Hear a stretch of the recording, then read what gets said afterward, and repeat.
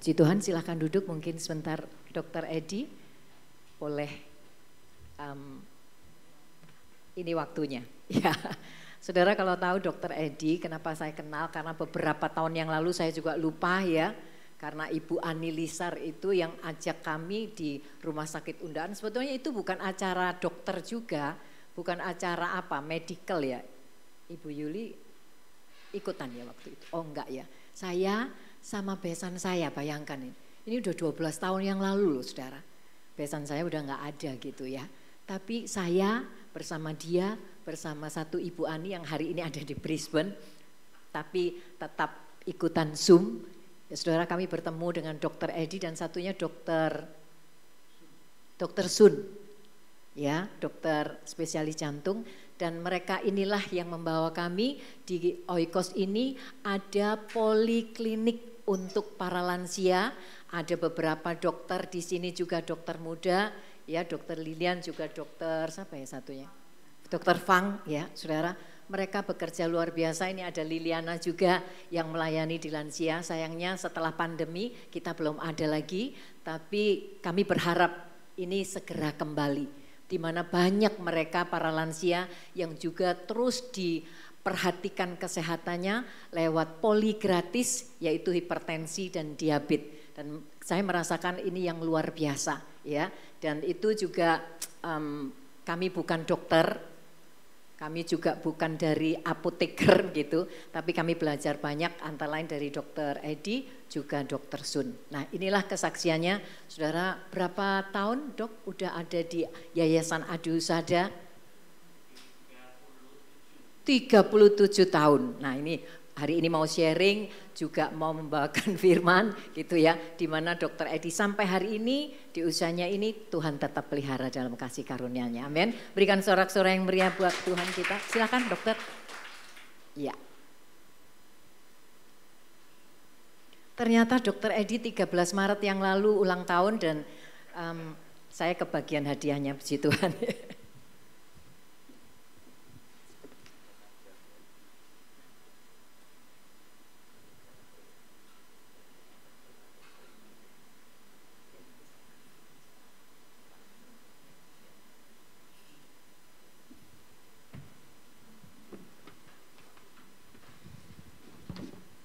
Shalom saudara-saudara, selamat pagi.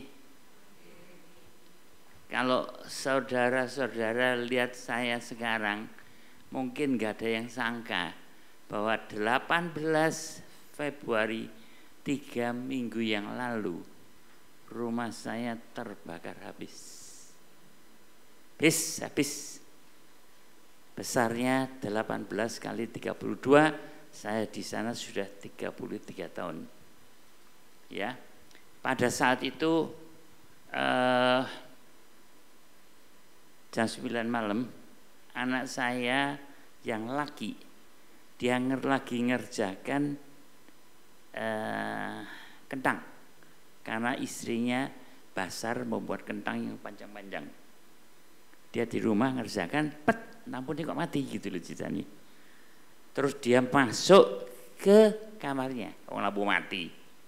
Ternyata dari kamar ini, sini ruang kosong, sini dulu tempat praktek saya. Sekarang sudah dibuat sebagai gudang. Loh, kok ada merah-merah gitu. Terus dia keluar, dibuka api. Terus saya dipanggil keluar. Saya keluar.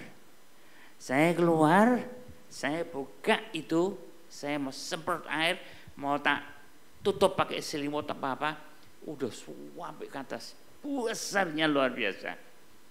Karena di dalam itu penuh dengan kerdus dan lain-lain, begitu, sebagai gudang. Sehingga saya tutup, saya ngambil 2 HP, yang satu saya telepon ke mantu saya yang di Purimas. Saya minta supaya segera dibagikan PMK. Yang satu saya telepon ke RT supaya cepat manggil PMK. Kalau enggak, 2 rumah ketiga itu adalah pom bensin. Meledak di sana, saudara. Apa yang terjadi setelah itu saya keluar, dengan celana kolor, orang mau turu ya. Saya pakai celana kolor dan sini pakai kaos kutang itu namanya, pesin itu ya. Dan pakai sandal keluar saya ke rumah. Saya keluar itu orang-orang sudah kentong-kentong sudah ya. Di luar situ itu api sudah membara sampai ke atas. Dan saya foto dan saya syuting. Sebentar lagi anak saya datang. Anak saya yang perempuan datang, dia takut papanya geblek. Tapi dilihat kok papanya tenang. Ya. Coba kita lihat dulu apinya. Ya. Ini apinya, ya. Lagi. Di setel videonya.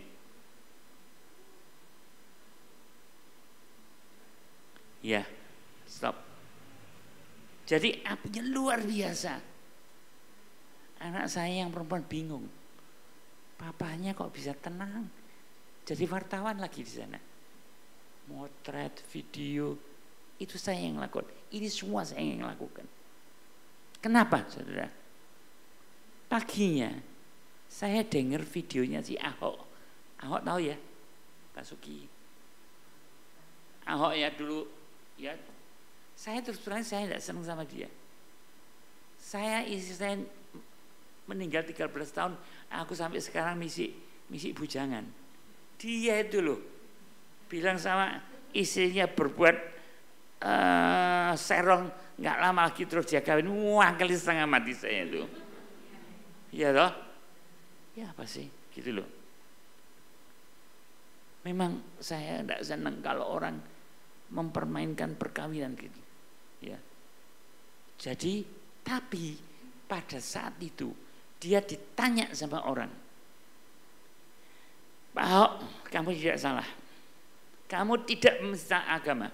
Tetapi pada saat hakim mengetok palu, tok, masuk penjara. Kamu tenang, nggak merasa mangkal, nggak merasa gelisah.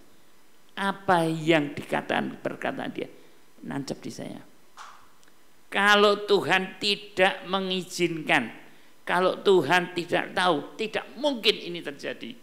Maka saya saat itu saya mengatakan, kalau ini Tuhan tidak tahu dan tidak mengizinkan, tidak akan ini terjadi. Jadi kita harus manut.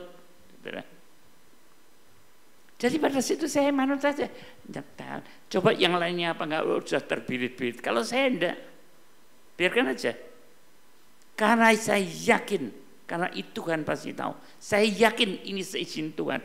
Dan saya yakin Tuhan tidak akan memberikan sesuatu beban yang melebihi dari kekuatan saya.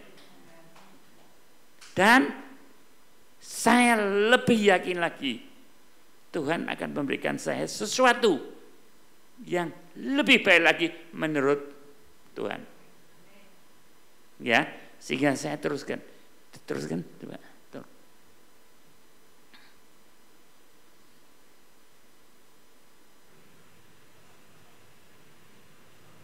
Besar sekali.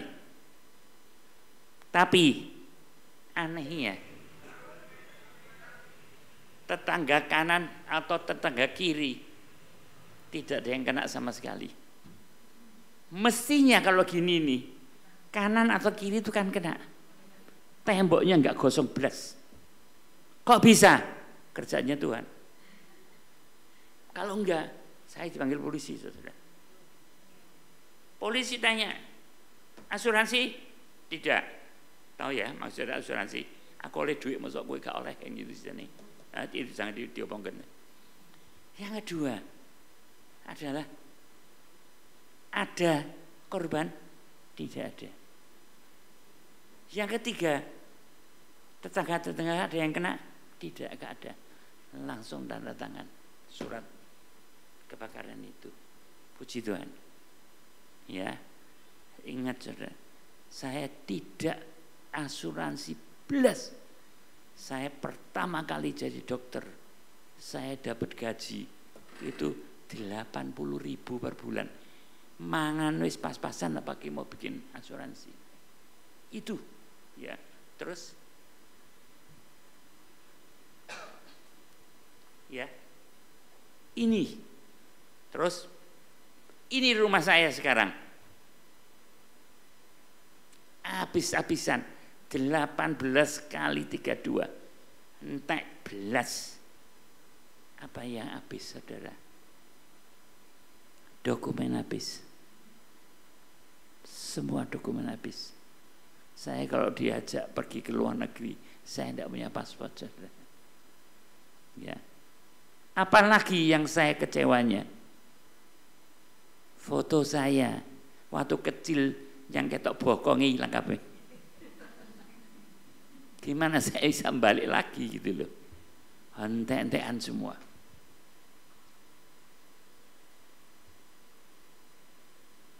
Nah, jadi jujur aja, tapi saya tidak pernah sedih, tidak pernah mikirkan saya, karena saya yakin Tuhan akan memberikan saya yang lebih baik sesuai dengan Dia. Itu pasti saya. Dan saya masih banyak yang sayang. Pada saat setelah kebakaran, itu hari Sabtu, besoknya pagi-pagi jam 8 sudah ada teman-teman dari Adusada datang untuk mengucapkan keprihatinannya. Kemudian setiap hari ada 23 terus ya. Sehingga saya mikir, Tuhan cinta sama saya. Tuhan menunjukkan bahwa teman-teman juga sayang sama saya. Itu yang saya sangat-sangat terharu. Tiap hari saya tidak pernah kelaparan. Mesti ada yang memberikan makanan. Sampai kemarin dulu pun anak lontong balap, saudara. Terima kasih Bu Linda, Bayu. Nah, jadi saya pikir inilah anak Tuhan. Jangan pasrah, jangan sedih, serahkan semua kepada Tuhan. Terus, ya, saya akan lanjut. Kenapa kan saya lanjut nanti paling belakang? Saya dikasih waktu berapa ya Bu Linda, Bayu? Terserah, sampai enggak sore ya. Nah, pada tahun 1996, anak saya yang paling kecil umur 12 tahun lulus SD. Terus panas, tidak bisa turun panasnya. Dipegang oleh 12 dokter spesialis, karena saya pimpinan. Tidak bisa turun dalam 10 hari. Terpaksa saya kumpulkan dokter-dokter. Saya minta maaf bahwa sorry, saya bukan tidak percaya kepada Anda, tapi karena mungkin di Singapura alatnya lebih canggih, sehingga saya bawa ke Singapura. Di Singapura, sebelum ke Singapura ada satu taci angkat saya, kowe nggawa duit piro? Seadanya 25 juta. Nangis dia. Kamu ke Singapura buat 25 juta. Gak cukup. Dikasih lagi perang 25 juta. Jadi 50 juta. Saya di sana waktu itu dibawa ke Glen Eagle. Dalam seminggu 50 juta habis. Saya mau pulang karena tidak turun panas. Kemudian dokter tanya, kenapa mau pulang? Duit kuntek, saya bilang gitu. Terus kemudian dia bilang, ya wis beli obat sama saya. Ternyata di sana obat dia ngecuani, dimasukkan rumah sakit, dicuani lagi, akhirnya ke tempat kita tinggi, luar biasa.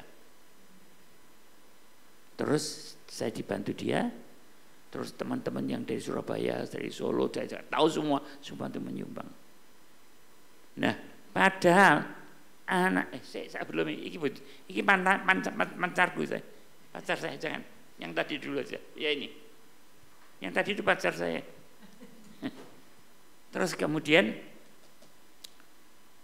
anak saya ini yang paling kecil, itu yang kepingin jadi dokter. Kalau seandainya kata, saya namanya Stephen, tapi kalau saya manggil dia Aput, kan nama bahasa Mandarinnya Li Fuan. Put, mama tuh sakit, ambil no Revagan gitu. Dia ngambilkan Revagan, anak umur 12 tahun, sambil bawa air putih yang hangat. Karena dia tahu mamanya sakit, minum obat harus pakai air hangat. Dia yang bawakan. Anak ini 12 tahun. Lu anak sekarang cuma lihat komputer, lihat handphone, gak peduli. Nah ini, kenapa anak saya tidak ada satu mau yang jadi dokter, saudara? Ketok bapak itu loh. Dari pagi, siang, sore, malam, kadang-kadang masih pergi ke gini. Karena dulu saya dokter ICU. Saya bahkan kadang-kadang di ICU di rumah tuh malam bisa keluar pulang pakai sepeda motor 3-4 kali. Dan tidak pernah makan bersama di rumah untuk sore. Itu yang bikin saya menyesal. Kenapa? Di rumah tangga, keluarga harus bareng sama anak-anak makan. Bu, ya apa ya po, 3 kali sekali ya sore.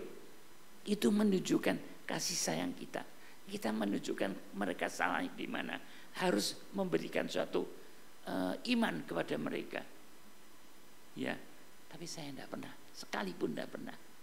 Jadi anak-anak saya kalau lihat bapaknya model kau ini sudah jadi dokter nggak mau. Dan duit oleh biro. Keponakan saya kepingin jadi dokter. Saya tanya, di ngopo? Oleh duit. Yang pasiennya sampai tengah malam hitungan ada berapa? Dihitung sama dia tidak ada 20 ribuan. Yang lainnya kemana? Yang lainnya biasa. Tapi kenapa saya mau jadi dokter? Karena saya dari dulu kepingin nolong orang. Masa orang tidak mampu tidak boleh ke dokter. Kalau ke tempat mantri gampang, saudara pun semua bisa. Panas kasih Panadol, nek sakit kasih Novalgin, mari. Tapi bukan gitu. Saya kepingin nolong orang. Kalau seandainya kata orang tidak mampu, silakan ke tempat saya. Nggak punya duit, babah. Kalau saya gitu. Itulah. Ya, ini sebetulnya kepingin jadi dokter. Tapi setelah dirawat di rumah sakit, pindah ke Singapore General Hospital, sehingga saya di sana 2 minggu. Ditolongi sama orang, kayak ditolongi sama orang. Habisnya $100.000 Amerika. Itu menembiro. Tapi waktu itu masih 2000-an mungkin. Itu. Ternyata baru tahu kena kanker kelenjar getah bening, limfoma. Apa yang terjadi? Dokternya bilang, limfoma itu ganas dari sampai jinak sampai ganas. Anak saya adalah yang terganas. Di seluruh dunia tidak ada 10 pada saat itu. Misi tetap panas. Saya bilang sorry, saya pulang. Akhirnya saya bawa pulang. Nggak lama kemudian dari dia sakit sampai dia berangkat itu 3 bulan. Anak 12 tahun. Ya. Jadi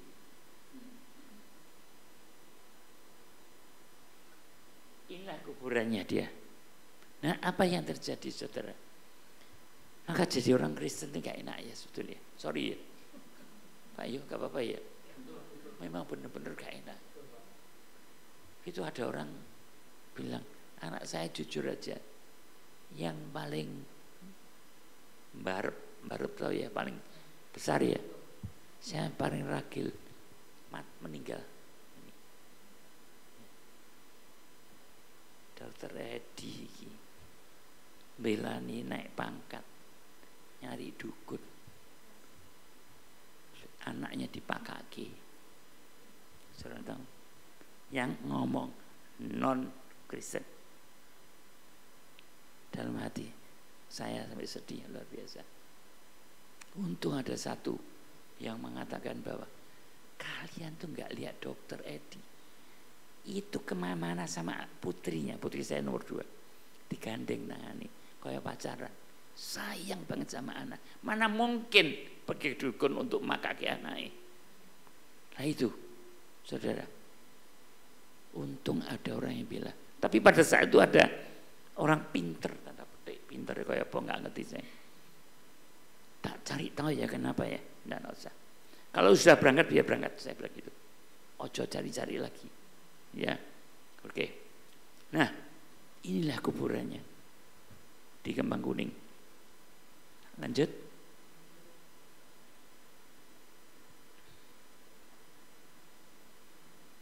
Nah, pada tahun 2010, ya, ini adalah pacar saya, karena terus jadi istri saya. Saya tidak boleh bilang ini istri saya bilang ini pacar, memang belum nikah waktu itu. Adalah bunga di sekolahan yang paling cantik menurut saya. Ya. Tapi kan memang cantik ya, memang ayu. Nah, pada saat itu saya adalah pacarnya yang pertama dan suaminya yang pertama. Dia juga pacar saya pertama dan istri saya pertama. Waktu itu SMA kelas 2, karena saya lebih tahu mengenai matematika, aljabar dan lain-lainnya. Sedangkan pacar saya itu lebih suka sastra. Sehingga seringkali kita yang lebih tahu mengenai matematika disuruh ngajari yang kurang. Jadi kalau pagi kita sekolah, sore ada kursus saya yang ngajari. Ya, sampai akhirnya saya karena ada suatu peristiwa orang-orang tidak bisa menyelesaikan masalah sinus kosinus, saya dalam 1-2 menit selesai. Saya dapat julukan Mr. Cosine, Mr. Cosinus. Ya, nah setelah selesai malam-malam, karena mesti ngetono pulang, saya tidak punya kendaraan, sepeda pun tidak punya. Sing punya sikil loro tok iki. Pakai celana pendek, waktu itu celana pendekan. Kan terno dia pulang, rumahnya dekat sekolahan. Saya di Baliwerti, rumahnya di Pasar Besar, di Wonghang. Ya, ngantar dia. Orang-orang bilang pacar, tidak. Murni belajar. Cuma herannya, pada saat lulus, saya ngantar dia pulang. Kok ndelalah kok ya gandengan tangan. Untuk itulah saya sampai sekarang senang gandengan tangan. Nanti saya ceritanya nanti. Ya. Nah, habis itu dia nikah sama saya. Selama 6 tahun saya sama dia tuh di Pasar Klewer. Ini saya cerita nggak apa-apa ya. Pokoknya kesaksian saya semua ya. Ya. Di Pasar Klewer, jualan di sana. Pasar Klewer di Solo tuh jualan kain. Dan terbesar di ASEAN, nggak salah. 6 tahun saya di sana. Pagi-pagi goncengan wong loro. Pergi ngapain? Beli belanja.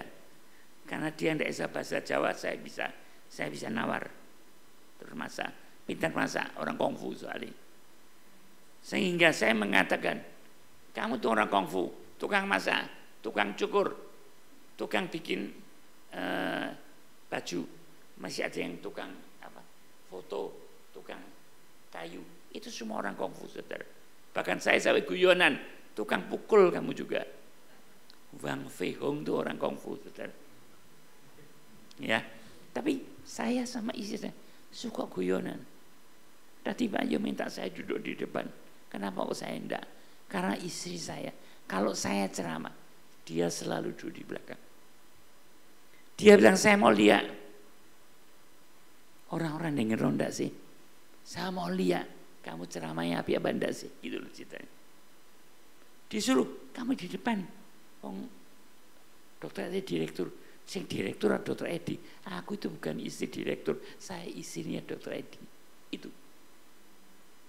Dan dia setelah 6 tahun, saya tidak jualan, saya gagal saudara. Kenapa? Luntur. Ini loh kain, punya kain seperti ini kelas 1. Tidak punya, saya punyanya kelas 3.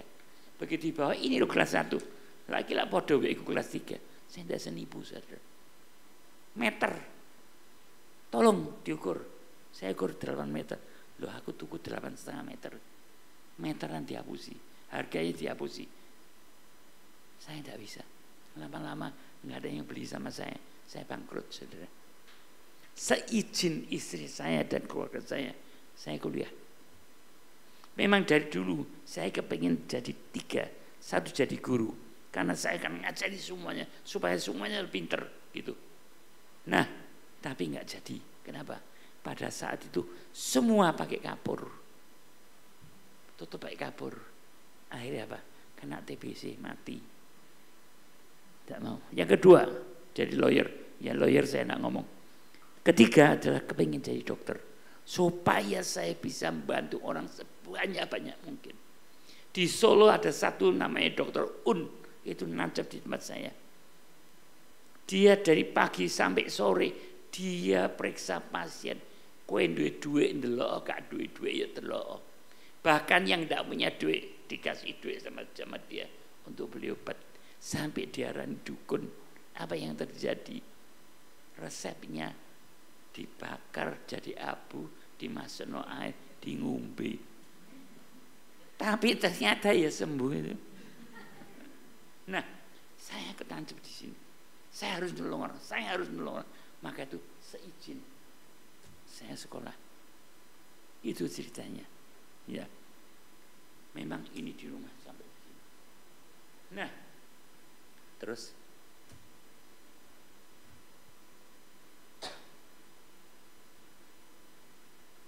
ya. Pada saat tahun 2010, waktu itu saya dari Hong Kong. Saya mau pulang.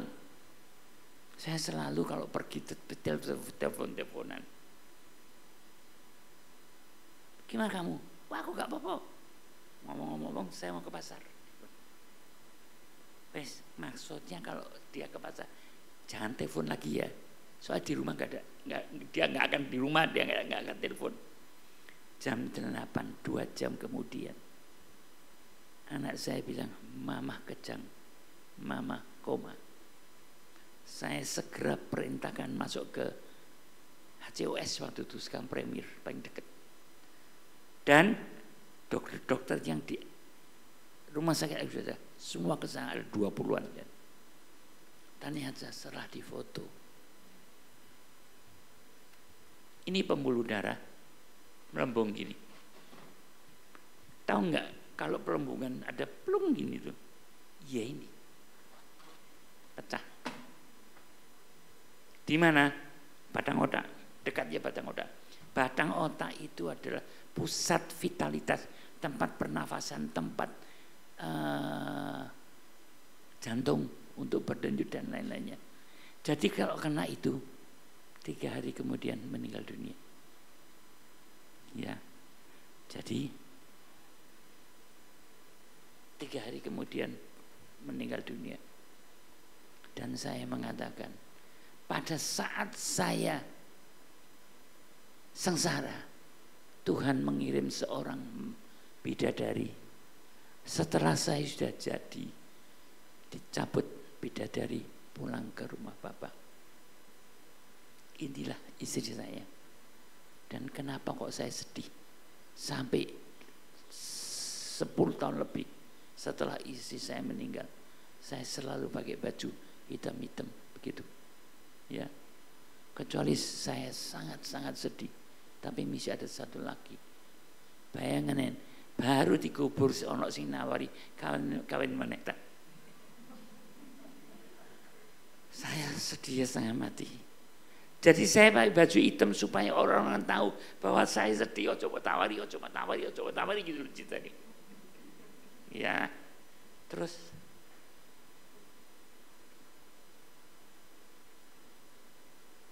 nah, kemudian saya membuat buku. Seumur hidupku hanya untuk engkau. Ini nama saya. Di sini saya cerita sejak saya kenal sampai akhir. Saya hanya secara singkat bagaimana membentuk rumah tangga yang gini. Ya, bayangkan aja pada saat saya kuliah di Jakarta, ujian nggak punya duit. Jadi istri saya di rumah menemani mertuanya sampai meninggal, tidak pernah ngomong mamamu cerewet, papamu gitu, tidak pernah. Padahal setahu saya biasanya ngomel ya, lu cerewet gitu apa gitu.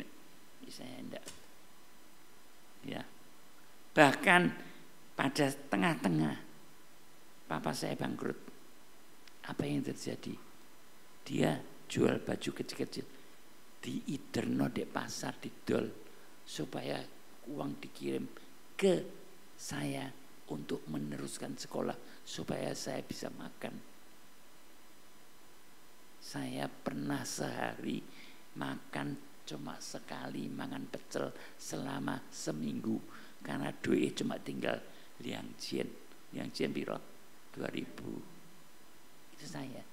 Tapi beliau yang membantu untuk memberikan makan kepada saya supaya saya jadi dokter. Nah, bagaimana sebuah rumah sakit, sebuah rumah tangga bisa langgeng, bisa bahagia? Yang satu, saling gandengan tangan. Jujur, banyak orang-orang waktu pacaran gandengan tangan. Setelah sudah gitu, satu di depan, satu di belakang. Saya sampai beliau meninggal selalu bergandengan tangan dimanapun juga. Sampai ada yang tanya, alah di rumah sakit pun saya gandengan tangan. Ditanya sama suster, bener. Saudara bisa bayangkan kalau saya gandeng tangani wong siji apa gak-gagiran. Ya, tapi bukan itu saudara. Karena gandengan tangan itu ada ikatan lahir batin. Kedua, aku nih jatuh di pegang dia mau jatuh di pegang saya. Jadi jangan kaget kalau saudara lihat saya sampai saat ini. Saya juga gandeng wanita saudara, perempuan yang muda biasanya. Kenapa? Tapi saya seizin orangnya. Karena saya terkenang, saya gandengan tangan sama istri saya, bukan sebagai pacar, tapi ini loh kenangan saya. Pertama, di rumah tangga harus saling bergandengan tangan. Kedua, rumah itu adalah kandang cinta. Jadi di rumah aja gegeran. Kalau mau gegeran tidak boleh lewat dari malam, besoknya harus baik. Dan jangan ngomong cerai, jangan ngomong aku balik gitu, tidak. Karena itu kandang cinta. Yang ketiga, komunikasi. Di dalam buku ini saya cerita komunikasi. Saya pagi, siang, sore, malam tidak ada di rumah. Tapi ini pulang kan mesti mandi gitu ya. Begitu selesai, disiapno sama istri saya baskom isinya air hangat. Saya kakinya masuk ke air hangat, dia juga masuk ke air hangat. Kita ngobrol, komunikasi. Apa yang terjadi dia tahu.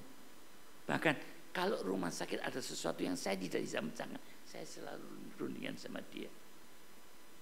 Jadi inilah rumah tangga ya, yang harus dipatuhi ya. Terus terus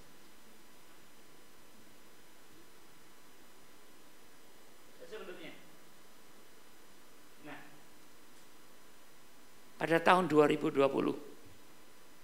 terjadi sesuatu di Rumah Sakit Adusada. Saya difitnah korupsi 50 miliar, saudara. Sedih enggak? Nah, aku termasuk dokter simbabungan ini. Tapi diarani 50 M. Kenapa? Karena ada uang yang disimpan sejak zamannya dulu terus sampai sekarang. Yang tahu cuma boleh ketua. Nah, ini enggak boleh tahu. Terus kemudian saya gegeran sama orang. Karena orang itu sudah kelewat batas. Saya tidak ngomong di sini. Terus kemudian saya difitnah. Dan ada orang yang kepingin mungkin kedudukan itu. Sehingga saya pun diomongi. Selama 37 tahun di Adusada gak kerja apa-apa. Sampai orang-orang ngomong. Ngomong yang jelek. Kamu matanya buta. Karena tidak ada dokter Edi, tidak ada duit sekarang. Ini orang-orang yang cita, bukan saya. Ya. Nah, setelah itu, puji Tuhan, saya pernah dengar khotbah dari seorang pendeta. Dia mengatakan, aku meh nikah, kurang 30 juta. Dari mana duit itu? Terus dia pikir, aku kerja dewe. Saya tak kerja sendiri. Saya bisa kerja. Gampang dah dapat 30 juta, enggak bisa. Aku tak tergantung koncoku. Juga enggak ada yang minjemi. Akhirnya keputusannya dia itu adalah juga keputusan saya. Dia mengatakan bahwa Tuhan, saya kurang 30 juta. Saya serahkan Tuhan. Tuhan yang kasih. Akhirnya hotel saya bayar 10%. Untuk makanan 10%. Baju kematian 10%. Begitu ceritanya. Bagi undangan. Ternyata bagi undangan ada orang dari luar pulau, luar kota. Aku kok gak mau undang, dia bilang gitu. Lah kamu jauh, sana. Undangan katanya. Diundang. Begitu diundang, apa yang terjadi? Tuhan bekerja. Ada 3 orang, 1 orang cap tiap. Tutup 30 juta. Jangan kira saya ini tidak pernah berjuang diri saya sendiri. Gagal. Berjuang sama teman mau ngajukan kekuasaan putih, kekuasaan gelap, taulah kalian ya, tukang pukul segala macam. Saya tidak mau. Akhirnya saya coba bilang, "Mbok Tuhan, karepmu." Karena 50 M bukan suatu angka yang kecil. Tuhan, mbok karepmu, jambar gitu. Apa yang terjadi, saudara?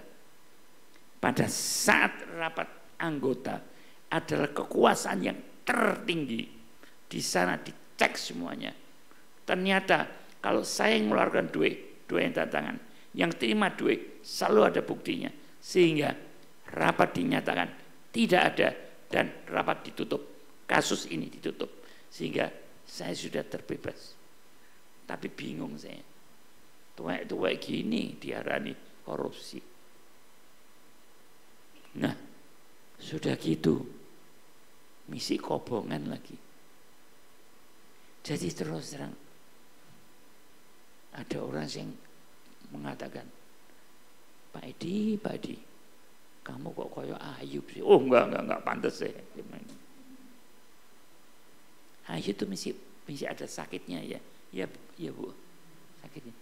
Saya pun pernah operasi jantung. Sampai waktu menjelang operasi jantung istri saya nangis. Saya bilang, gak usah nangis. Aku hidup pada kalian. Aku nek mati aku ketemu anakku yang sudah di surga. Itulah kehidupan saya. Nah, saya mengatakan yang terakhir.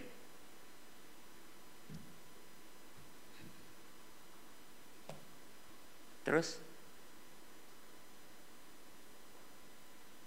tadi kan Bu Linda udah mengatakan tanggal 13 saya ulang tahun. Saya tidak sangka, saudara, dalam rumah terbakar masih ada orang yang mau merayakan saya. Karena apa? Mereka ingin menghibur saya. Anak saya, teman-teman saya, semuanya di sini. Terus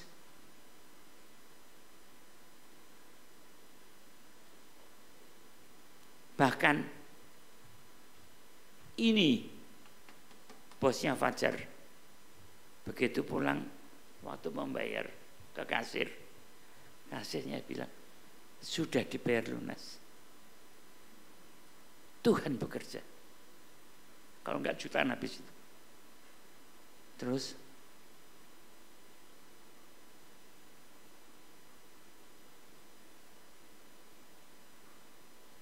enggak jalan.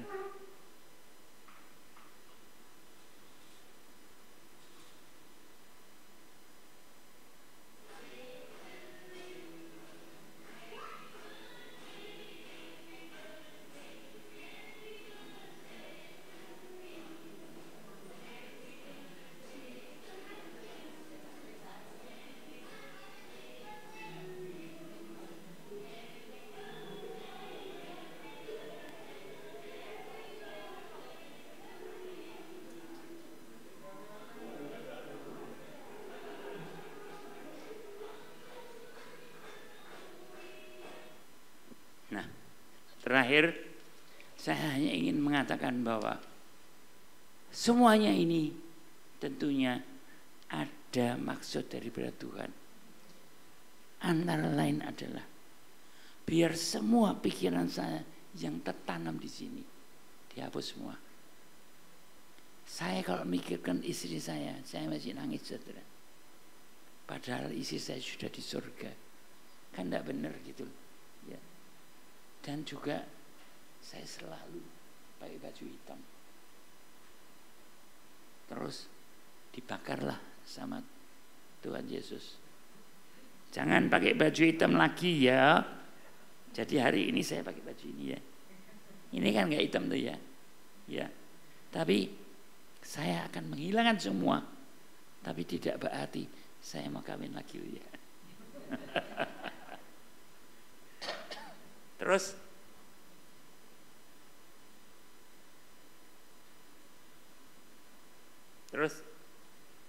ya saudara, inilah dulu saya dimuliakan sama Tuhan. Begitu hebat Dr. Edi. Ini di RRT saya masuk ke televisi, disiarkan langsung di seluruh RRT. Baru saya, tidak orang lain. Tetapi akhirnya saya dijatuhkan. Istri, anak, tidak ada, saya kebakar. Apa yang terjadi?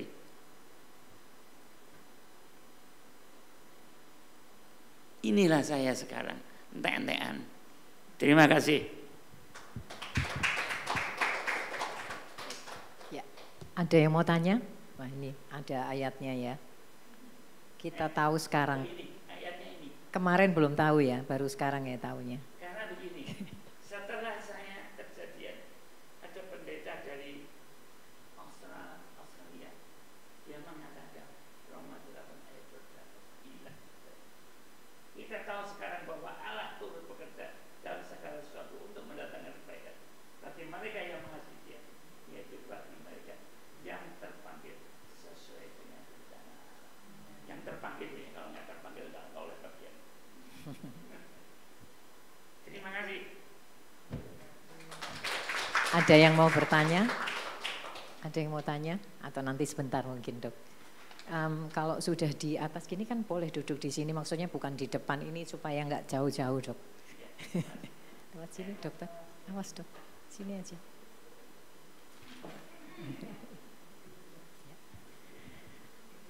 Ya. Puji Tuhan. Saudara, kita tadi sudah mendengar kesaksian, mungkin karena apa? Mungkin suara ada yang nggak sampai di belakang. Yang pertama tadi dikatakan Dr. Edi apa? Kematian anaknya berapa, Dok? 4. Yang sulung dan yang bungsu meninggal. Itu makanya tadi dikatakan ada teman yang mengatakan jangan-jangan kalau menurut tradisi yang sulung dan yang bungsu meninggal itu adalah dipakai untuk apa ya? Tumbal. Supaya apa? Sukses, kaya raya gitu kan ya saudara. Ini yang terjadi. Tapi makanya tadi ditawarin orang pinter. Tapi dokter Edi katakan stop karena dia tahu arti kematian. Ya saudara. Itu yang kedua, kematian istrinya mendadak. Tadi saya sangat terkesan sekali karena dokter Edi melewati peristiwa ini, dia bisa mengatakan apa? Ternyata melewati hidup dia. Sampai hari ini bisa menjadi dokter, bisa menjabat 37 tahun tadi di yayasan. Meskipun seringkali diakhiri dengan hal-hal yang tadi itu. Kalau 50M pastinya udah punya rumah besar banget ya dok. Wah semua ada ya. Kenyataannya nggak ada ya gitu ya.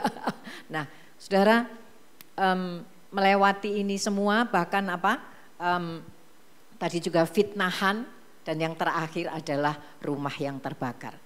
Saudara, secara pikiran manusia, mungkin orang-orang yang nggak suka, kita kan nggak bisa, meskipun hamba Tuhan sekalipun kan juga nggak bisa menyenangkan semua orang, betul kan ya? Ya bahkan Yesus aja yang dia Tuhan, dia seringkali ditolak, betul ya saudara? Nah apalagi kita manusia yang punya kekurangan, gitu ya. Apa kata orang di luar ketika bertubi-tubi masalah persoalan terjadi? Ya, meski tadi dikatakan kok koyo Ayub ya, masih belum ada apa-apanya katanya, betul ya dokter Edi ya.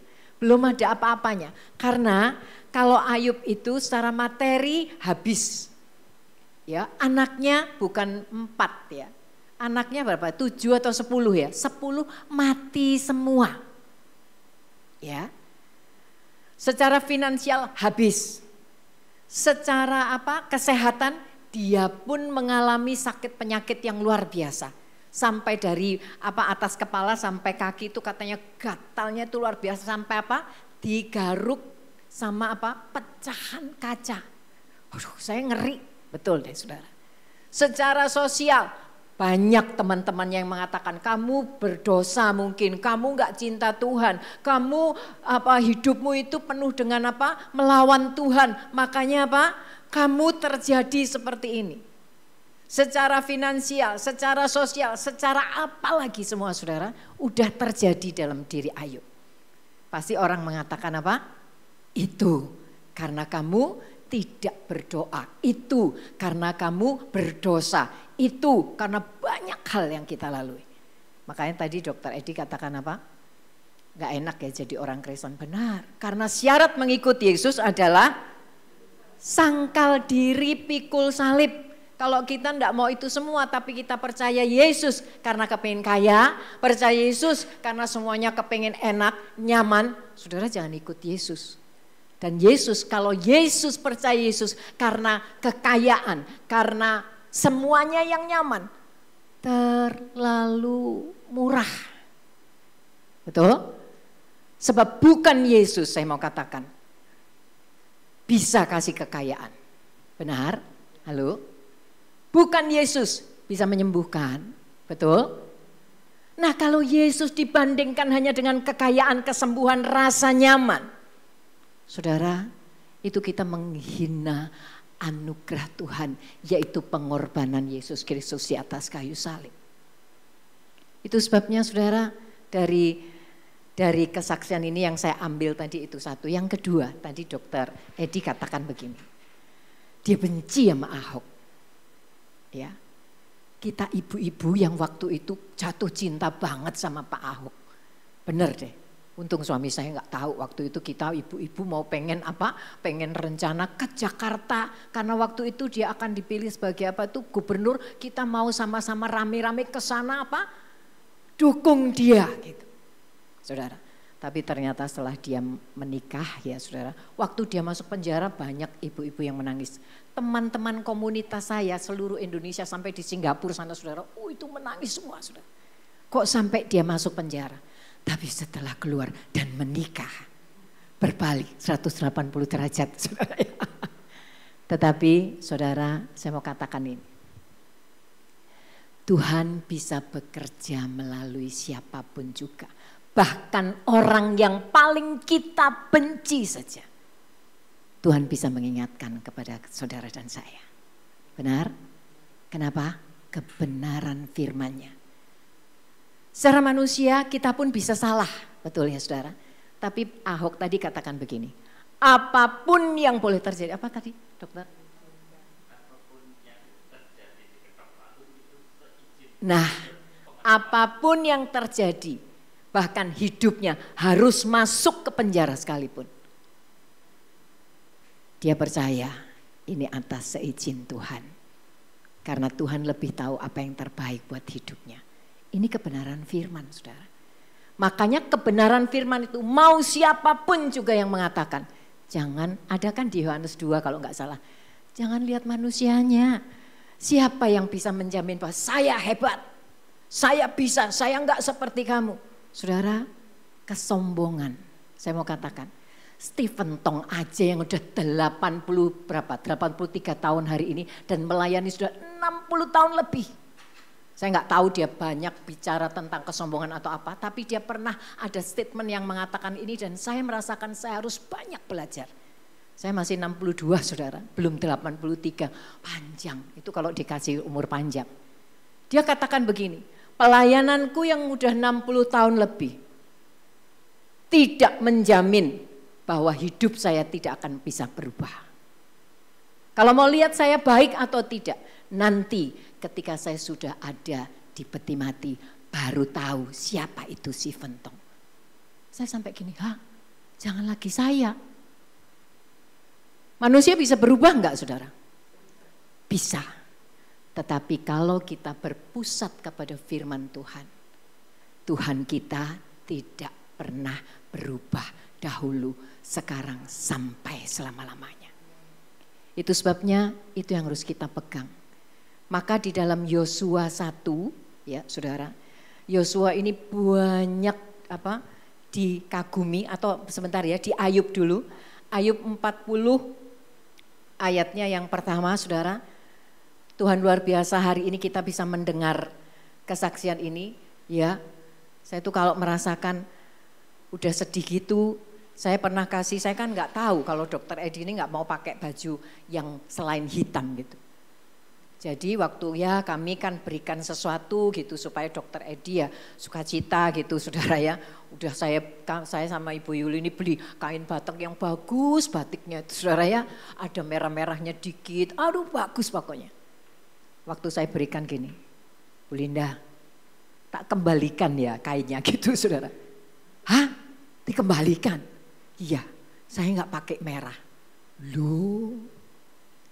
Ya saya bisa aja, saya kasih ya udah nggak apa-apa nanti saya kasihkan suami saya gitu ya. Tapi ternyata waktu itu kalau nggak salah nggak tahu diganti ya. Jadi dioperkan yang sini, yang dokter Edi kita milih lagi yang hitam dan putih saudara. Ya itu adalah apa? Dampak aja. Nah saudara di dalam dampak karena apa? Tadi itu. Jadi kalau saya pakai hitam jangan ada orang lain yang menawarkan. Gitu ya saudara. Beda sama Ibu Yuli langsung pakai baju merah. Bukan berarti itu ya. Saudara, Ayub 40 ayat yang pertama, Pak Andi bisa ditampilkan. Ya. Ini Ayub saudara. Menjalani hari-harinya yang luar biasa, pergumulannya, prosesnya di ayat 40. Ini udah berapa lama perjalanan. Dikatakan begini, maka dari dalam badai. Apa? Yuk kita baca bersama-sama 2, 3. Maka dari dalam badai Tuhan ngapain? Tuhan menjawab Ayub. Saudara, di tengah-tengah pergumulan kita, proses kita. Kalau kita hanya fokus kepada prosesnya itu. Tuhan menjawab pun gak akan pernah kita dengar saudara. Ketika kita fokus, kenapa aku menderita, kenapa aku begini, aku kan gak pengen begini, aku kan menghadapi kayak begini, Tuhan susah, kenapa orang lain enggak, kenapa aku ini hidupku, tadi dokter Edi katakan, hidupku ini kenapa aku jadi dokter karena pengen tolong orang. Benar-benar dia menjadi seorang dokter yang memberikan hidupnya. Karena dokter adalah sebuah panggilan dari Tuhan untuk apa? Untuk bermanfaat bagi sesamanya. Kenapa harus mengalami ini semua? Seringkali apa? Kecewa kita. Akhirnya apa? Hanya fokus kepada dirinya sendiri. Kenapa aku begini? Kenapa kamu enggak? Kamu enak ya? Kenapa aku seperti ini? Betul, saudara? Tapi di sini Tuhan mengatakan, dan ketika Ayub membuka hatinya, menyadari siapa dirinya, maka dari dalam badai, masih di dalam badai, Tuhan menjawab Ayub. Dan di situ ayat 2. Ayat 2 mengatakan begini, bersiaplah engkau sebagai laki-laki, aku akan menanyai engkau. Dan engkau memberitahu aku, apakah engkau hendak meniadakan pengadilanku, mempermasalahkan aku supaya dapat membenarkan dirimu. Apakah lenganmu seperti lengan Allah, dapatkah engkau mengguntur seperti dia? Saudara, Bapa sedang bertanya, kamu siapa? Ya, kita ini siapa? Kadangkala kita menyembah Tuhan Yesus karena tadi kan lagunya tidak setiap setiap doa apa tadi Tuhan menjawab. Ya, tapi kan kita begini, Tuhan, katanya engkau Tuhan, katanya engkau punya telinga yang tidak kurang tajam, katanya engkau punya tangan yang tidak kurang panjang. Kenapa ketika aku berdoa Tuhan tidak jawab? Betul, saudara? Tuhan, kenapa aku udah berdoa ini, berdoa itu, berdoa ini, berdoa itu. Tuhan gak kabulkan. Ya. Lalu apa? Yang lebih parah lagi setelah itu dia klaim. Tuhan, bukankah janjimu akan menyertai? Bukankah Tuhan akan menolong kami? Mana buktinya? Benar saudara? Kita mengatakan menyembah Tuhan, tetapi kita tidak menjadikan dia Tuhan. Justru apa? Kita yang jadi Tuhan. Dan Tuhan harus dengar apa yang saya doakan. Parah loh ini saudara. Ya. Nah itu sebabnya melewati setiap pergumulan ini saudara. Tuhan mengingatkan, apakah lenganmu seperti lengan Allah? Siapa kita menyadari? Tetapi Ayub yang luar biasa saudara. Ya. Dalam Ayub berapa itu dikatakan begini. Kalau dulu aku hanya mendengar nama Tuhan, hari ini melewati pergumulan, melewati masalah persoalan, melewati semua sakit penyakit, ya. Aku baru tahu, bukan dari kata orang, tetapi diriku sendiri mengenal dia Allah yang luar biasa. Saudara, inilah Ayub melewati perjalanan yang seperti ini. Itu sebabnya saudara, hari ini saya mengatakan seperti tadi pagi ya, saya bikin sebuah renungan. Apa itu penyertaan Tuhan? Seringkali kan kita marah sama Tuhan kan, ya kan? Seringkali kita apa? Kenapa Tuhan tidak sertai? Kenapa Tuhan seperti ini? Kenapa Tuhan seperti itu? Tapi tadi pagi saya mengatakan penyertaan Tuhan bukan berarti bebas dari setiap halangan dan rintangan, bahkan masalah persoalan.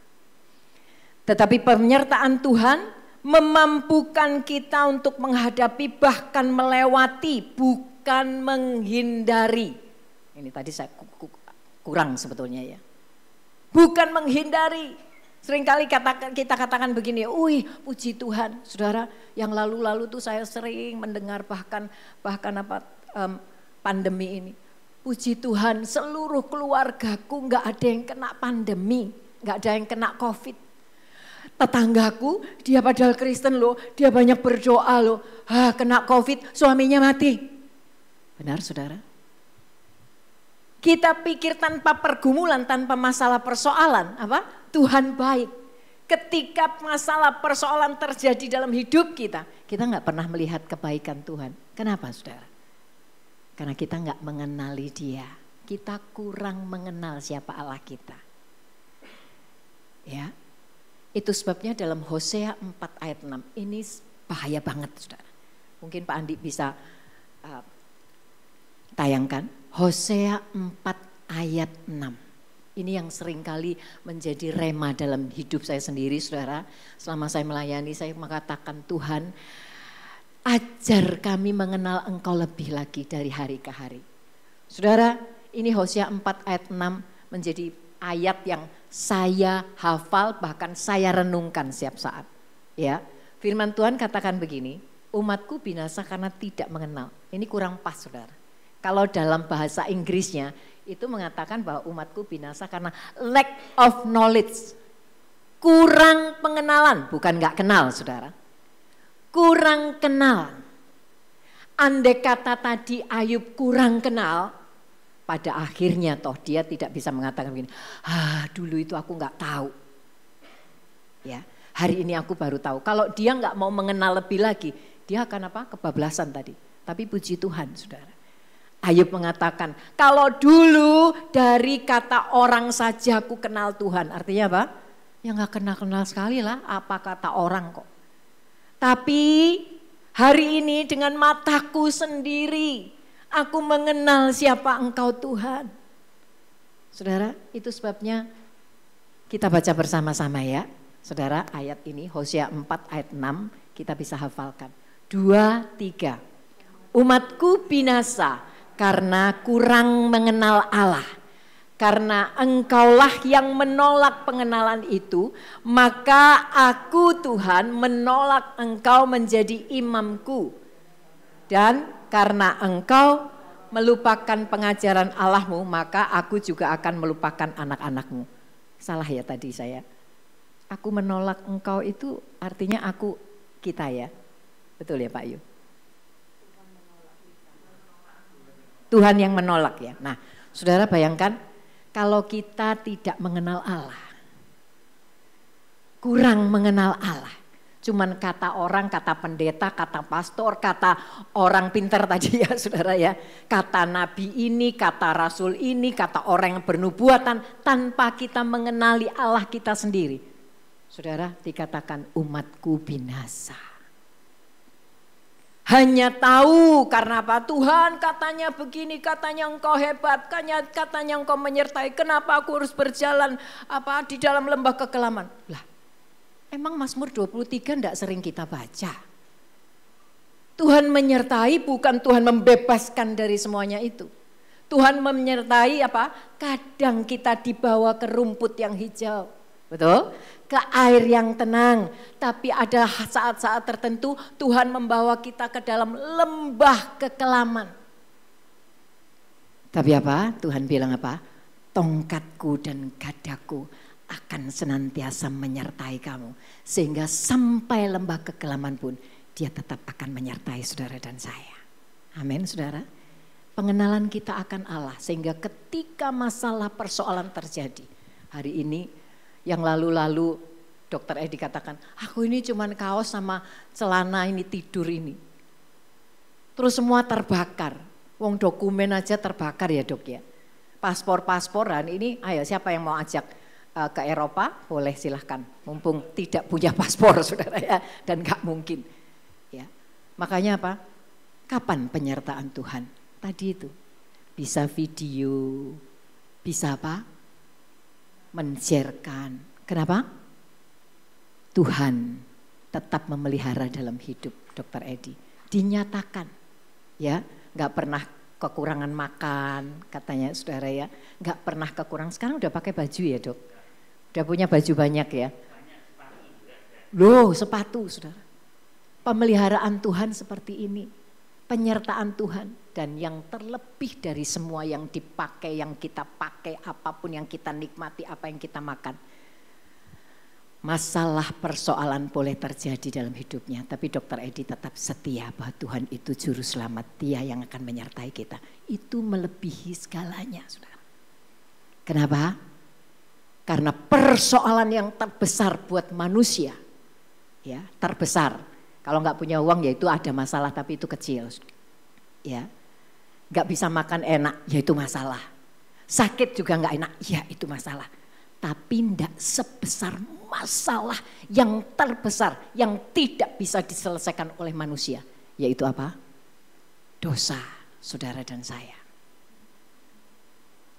Ya, hanya salib Kristus, darah Kristus. Makanya beberapa waktu yang lalu ada di renungan yang saya bikin, saya katakan, hidup saudara dan saya ini seharga dengan pengorbanan Yesus di atas kayu salib, darah Kristus. Amin. Jangan sia-siakan saudara. Itu sebabnya kalau saudara datang beribadah bukan karena menghabiskan waktu daripada di rumah sendirian, bukan. Tapi dengan segala kerinduan, rindu untuk apa? Memuji Tuhan, boleh rindu untuk mendengar firman Tuhan, boleh rindu berfellowship bersama-sama. Benar saudara? Inilah kasih yang Tuhan tunjukkan kepada diri saudara dan saya. Ya, boleh membangun sebuah komunikasi dengan saudara-saudara kita yang hari-hari ini mungkin apa? Mungkin yang di Zoom ada Ibu Liliana, ya, Liliana Herawati, ada banyak beberapa teman-teman kita juga, ya, perlu dikuatkan dengan kebenaran firman Tuhan. Saya percaya melewati firman Tuhan ini mengajar. Mungkin kita mengatakan aku nggak sakit kok. Secara jasmani mungkin kita nggak sakit, tapi hati-hati saudara. Karena firman Tuhan di 2 Timotius 3 ayat 16 ini yang terakhir, saudara. 2 Timotius 3 ayatnya yang ke-16.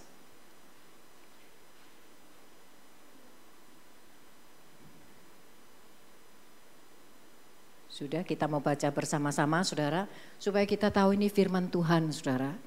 Ya, itu sebabnya kita perlu baca firman Tuhan, perlu merenungkan firman Tuhan, supaya kita semakin diubahkan menjadi seperti Kristus. Karena ini tujuan utama saudara dan saya menjadi seorang Kristen.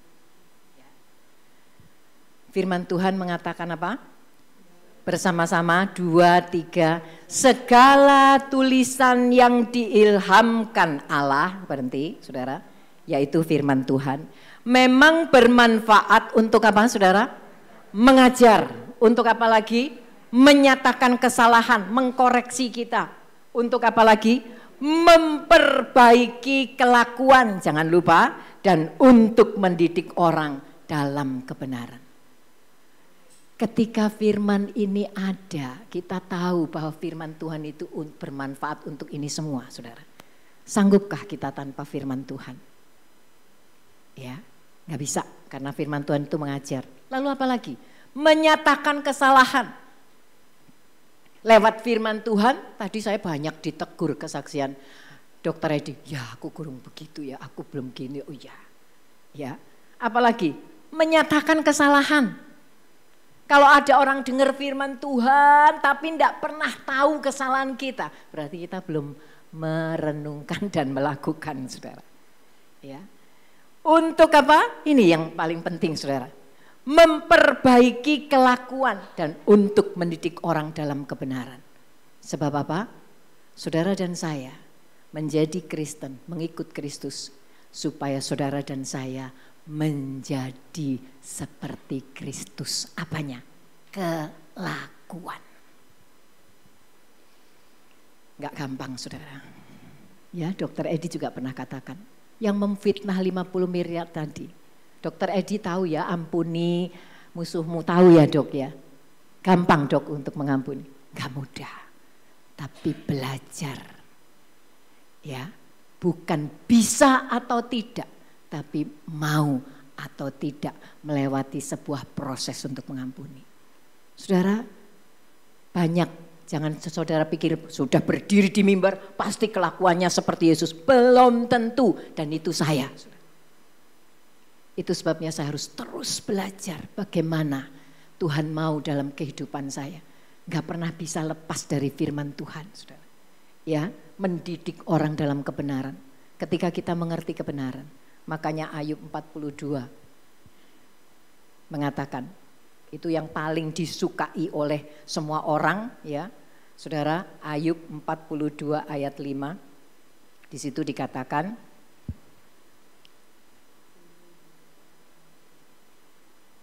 itu tadi ya, hanya dari kata orang saja aku mendengar tentang engkau, tetapi sekarang mataku sendiri memandang engkau. Oleh sebab itu aku mencabut perkataanku dan menyesal, aku duduk dalam debu. Setelah dia mengerti, setelah benar-benar dia menyadari dan menyesal dan dia mau bangkit kembali, disitulah lalu apa? Apa berikutnya? Keadaan Ayub dipulihkan. Wah, ini kesukaan saudara ya. Itu Ayub aja dipulihkan. Tapi mau ngalamin seperti Ayub? Itu dia. Kita mau dipulihkan, tapi jangan kayak Ayub dong gitu ya saudara. Ya kalau saya milih juga gitu. Dipulihkan tanpa harus proses. Tapi firman Tuhan mengajar kepada saudara dan saya. Mari kita mau lebih lagi introspeksi kepada diri kita, ya, introspeksi apapun firman Tuhan yang hari ini kita dengar. Biarlah itu membawa kita semakin hari semakin melidiki. Iya, tadi itu 2 Timotius 2 ayat 2 Timotius 3 ayat 16. Saudara itu hafal banget saya, kenapa? Itu yang setiap hari, kelakuan kamu udah benar belum? Apa yang hari ini kamu lakukan? Bukankah firman Tuhan mendidik kamu? Kamu bisa bikin renungan, kamu bisa baca ayat. Tapi apakah kamu juga menyadari bahwa firman Tuhan mengajar kepada kamu sendiri? Saudara, itu menjadi fokus saya. Itu sebabnya terima kasih sekali lagi untuk Dr. Edi yang sudah berbagi. Ya, banyak teman-teman di Zoom juga terima kasih. Untuk mereka hari ini ada banyak sih yang kepengen dengar kesaksian Dr. Edi tadi melewati ini tanda penyertaan Tuhan yang luar biasa. Amin saudara. Dr. Edi dipelihara Tuhan, bukan jatuh dari langit. Tapi kalau Tuhan yang gerakkan, saya selalu bilang sama yang pelayanan-pelayanan ada ini, Pak Roni. Ya, udah berapa puluh tahun dia ada bersama kami. Kalau kita dengan kekuatan kita sendiri, ya, menggerakkan orang, kita kecewa. Betul? Tapi kalau kita bergantung sepenuhnya kepada Tuhan. Dia Tuhan, dia sanggup menggerakkan siapapun juga. Bahkan pohon pun Tuhan bisa pakai untuk memberkati saudara dan saya. Amin ya. Nah itu sebabnya saudara biar melewati renungan kita hari ini lewat kesaksian Dr. Edi yang sudah membawa kita semakin hari semakin mengenal kasih Tuhan itu luar biasa, penyertaan Tuhan itu luar biasa. Itu sebabnya jadikan Tuhan terutama, bukan nomor 1. Kemarin dulu saya dengar firman, bukan nomor 1, tapi satu-satunya Tuhan yang harus kita prioritaskan dalam hidup saudara dan saya. Amin.